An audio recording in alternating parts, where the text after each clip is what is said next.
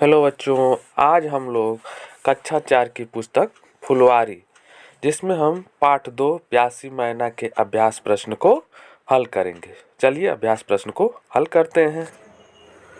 अभ्यास प्रश्न। प्रश्न 1 क मैना क्यों परेशान थी?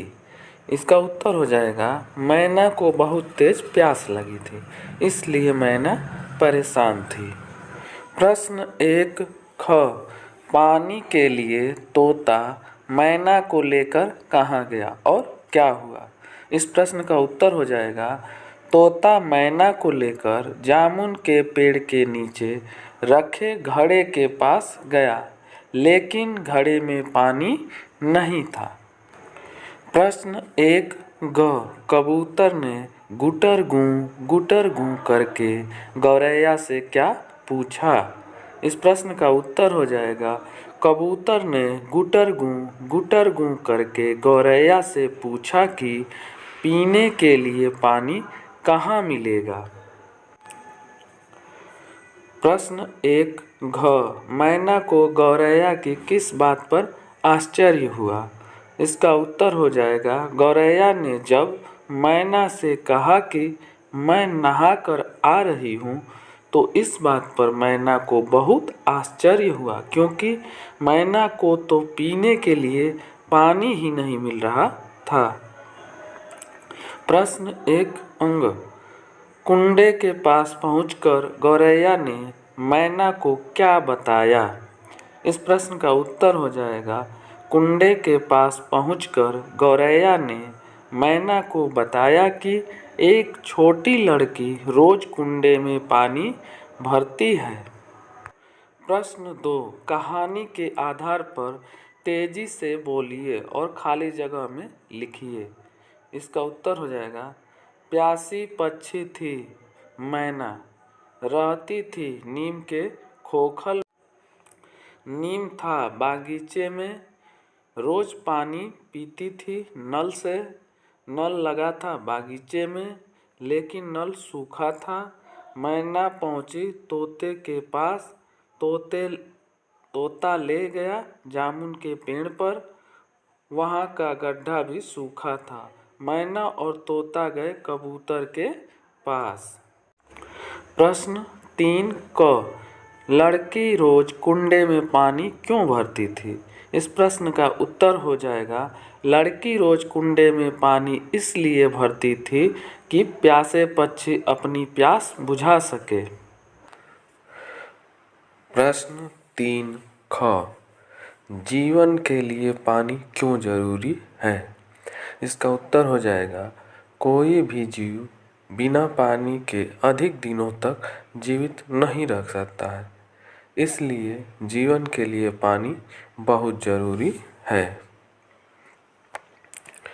प्रश्न 3 ग हमें पानी कहाँ कहाँ से मिलता है? इस प्रश्न का उत्तर हो जाएगा हमें पानी वर्षा, नदी, तालाब, कुआं, नल आदि से मिलता है। प्रश्न 3 घ हम किन किन तरीकों से पानी की बर्बादी को कम कर सकते हैं? इसका उत्तर हो जाएगा हम पानी का उचित प्रयोग कर तथा चू रहे नल को ठीक कराकर पानी की बर्बादी को कम कर सकते हैं।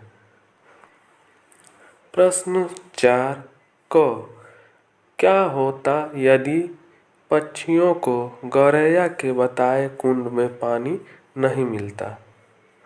उत्तर यदि पक्षियों को गौरैया के बताए कुंड में भी पानी नहीं मिलता तो उन्हें पानी की तलाश में दूर तक भटकना पड़ता। प्रश्न 4 ख छोटी सी लड़की कुंडे में रोज पानी रखती थी जिससे पक्षी आकर अपना प्यास बुझाते थे। तुम पशु पक्षियों के लिए क्या क्या करते हो? उत्तर हम भी पशु पक्षियों के लिए पानी और अनाज के दाने रखते हैं। प्रश्न 5 क 3 पर्यायवाची शब्द लिखिए। उत्तर पानी, इसका पर्यायवाची शब्द हो जाएगा जल, नीर, वारी। पक्षी, इसका पर्यायवाची शब्द हो जाएगा खग, बिहग, पखेरु। फूल, इसका पर्यायवाची शब्द हो जाएगा पुष्प, सुमन, कुसुम। प्रश्न 5 ख, नीचे दिए गए संज्ञा शब्दों को उपयुक्त विशेषण के साथ लिखिए। जैसे सूखा नल, सूखी लकड़ी, सूखे पेड़। उत्तर सूखा नल, सूखा तालाब, सूखी नदी, सूखे कपड़े, सूखे खेत, सूखे पेड़, सूखी रोटी, सूखी लकड़ी, सूखा कुआं, सूखा घड़ा, सूखी नहर, सूखी फसलें, सूखे तिनके, सूखे पत्ते, सूखी डाली। तो इसमें उपयुक्त विशेषण सूखा, जिसका हम लोग प्रयोग करके शब्दों में जोड़े हैं। प्रश्न 5 ग, ऐसे वाक्य की रचना कीजिए क, जिसमें योजक चिन्ह का प्रयोग हुआ हो। उत्तर हमें माता पिता का आदर करना चाहिए, तो माता पिता के बीच में योजक चिन्ह लगा हुआ है। ख, जिसमें प्रश्नवाचक चिन्ह का प्रयोग हुआ हो। उत्तर क्या तुम्हारी परीक्षा समाप्त हो गई। ग, इसमें अल्प विराम चिन्ह का प्रयोग हुआ हो। उत्तर माताजी बाजार से सेब, केले, संतरे और अंगूर लाई। घ, जिसमें विस्मयाबोधक चिन्ह का प्रयोग हुआ हो। वाह कितना सुंदर घर है। प्रश्न 6 क, चित्र में कौन क्या कर रहा है। उत्तर गिलहरी और हुदहुद पानी पीते हुए बातें कर रहे हैं। मैना, तोता और गौरैया चारदीवारी पर बैठकर बातें कर रहे हैं। प्रश्न 6 ख, क्या क्या बातें हो रही है गिलहरी और हुदहुद में, तोता और मैना में। उत्तर गिलहरी हुदहुद से कह रही होगी कि देखो कितना सारा पानी हम लोगों के लिए उस छोटी लड़की ने रखा है, और तोता मैना से कह रहा होगा कि आखिर हमें पानी मिल ही गया। प्रश्न 6 ग, चित्र के आधार पर अपने साथियों से पूछने के लिए कुछ सवाल बनाइए।